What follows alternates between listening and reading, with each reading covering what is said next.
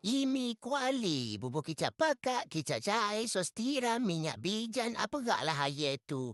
Tumis bawang merah, halia, bawang putih. Bubur lah lauk-lauk kita perak tadi. Lepas tu kat bubur lah cendawa kita tu.